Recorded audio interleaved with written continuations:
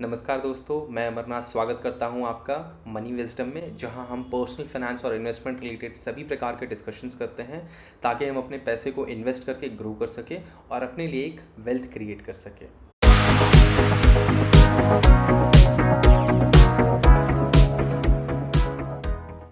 दोस्तों, आज हम जिस टॉपिक पे डिस्कस करने जा रहे हैं वो पर्सनल फाइनेंस मैनेजमेंट और इन्वेस्टमेंट की दुनिया का सबसे आसान तरीका कहा जाता है। इस रूल का नाम है 50, 30 एंड 20% रूल। आइए समझते हैं ये रूल कहता क्या है। दोस्तों, इस नियम के अनुसार आपकी जो भी मंथली इनकम है उसका 50% हिस्सा आपकी ज़रूरतों पे खर्च होना चाहिए, 30% हिस्सा आपकी इच्छाओं पे खर्च होना चाहिए और 20% हिस्से को आपको सेव करना है अपने फ्यूचर, अपने भविष्य के लिए। आइए अब डिटेल में समझते हैं ये 50, 30, 20% रूल आखिरकार कहता क्या है। तो जो आपका पहला पार्ट है, आपको अपनी सैलरी का 50% हिस्सा अपनी ज़रूरतों पे खर्च करना है। एक नज़र डालते हैं ज़रूरतें हैं क्या। ज़रूरतें ऐसी चीज़ें हैं जिनको आप इग्नोर नहीं कर सकते हैं, या कोई भी ऐसी चीज़ जो आपका खर्चा होना ही होना है हर महीने। एग्ज़ाम्पल के लिए, अगर आपने घर लिया हुआ है, घर की ईएमआई है, वो आपको हर महीने पे करनी है। घर में इलेक्ट्रिसिटी बिल है, घर में गैस का बिल है, आपके ग्लॉसरीज़ का बिल, अगर आप ट्रैवल करते हैं ऑफिस से घर, घर से ऑफिस या कहीं और, वो आपके एक्सपेंसेस ऐसे हैं जिनको आप डिनाई नहीं कर सकते। वो आपकी ज़रूरत है, उनको आपको करना ही है। इस तरीके के खर्चों को हम बेसिक नीड कहते हैं। दोस्तों, आगे बढ़ते हैं दूसरे पहलू की तरफ। 50, 30, 20% रूल का जो दूसरा पहलू है वो ये कहता है कि आपको अपनी सैलरी का 30% हिस्सा अपनी इच्छाओं पे खर्च करना चाहिए। मुझे ऐसा लगता है कि मेरी अगर इन्वेस्टमेंट थोड़ी ज़्यादा होगी तो जो मेरे शॉर्ट टर्म गोल है वो मैं थोड़ा जल्दी अचीव कर पाऊँगा। इसी वजह से मैं जो इस रूल को है वो थोड़ा ट्वीक करके, थोड़ा बदल करके फॉलो करता हूँ। मेरा ये मानना है कि 30% हिस्सा अपनी इच्छाओं पे खर्च करने से बेटर है आप 30% हिस्से को इन्वेस्ट करिए, सेव करिए। अब देखिए, ये जो 30% हिस्सा जिसको मैं इन्वेस्ट करने की बात कर रहा हूँ, इसको भी इन्वेस्ट करने का एक तरीका होता है, एक फ्रेमवर्क होता है जिसे हमें फॉलो करना चाहिए।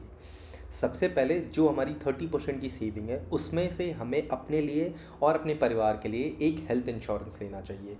सेकंड नंबर पर हमें अपने लिए एक लाइफ इंश्योरेंस लेना चाहिए। तीसरे नंबर पे जो भी हमारा अमाउंट बचे हेल्थ इंश्योरेंस और लाइफ इंश्योरेंस लेने के बाद, हमें उस बचे हुए अमाउंट को इन्वेस्ट करना है इक्विटी में, स्टॉक मार्केट में, म्यूचुअल फंड में, गोल्ड में या फिक्स डिपॉजिट में। अब इसको इन्वेस्ट करने का भी एक सिंपल सा आसान फार्मूला है। फार्मूला ये है कि जो भी आपकी एज है उसको आप 100 में से माइनस कर दीजिए।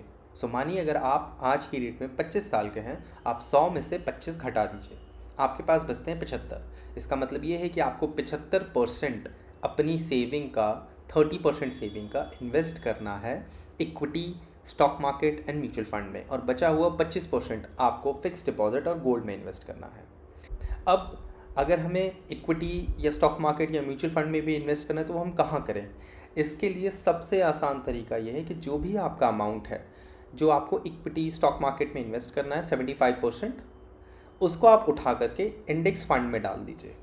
और गोल्ड और एफडी के केस में मैं आपको एक सजेशन दूंगा कि आपके पास जो भी कैश बचता है आप उसको अपने अकाउंट में रखिए और अपने अकाउंट के ऊपर स्वीप इन स्वीप आउट की फीचर को इनेबल करवाइए। इससे होगा क्या, आपके पास नंबर 1 इमरजेंसी कैश अवेलेबल रहेगा, नंबर 2 उस कैश के ऊपर आपको सेविंग अकाउंट्स के रेट ऑफ इंटरेस्ट ना मिल करके आपको एफडी के रेट ऑफ इंटरेस्ट मिलेंगे, एंड नंबर 3 आप जब चाहें उस कैश को विड्रॉ कर सकते हैं।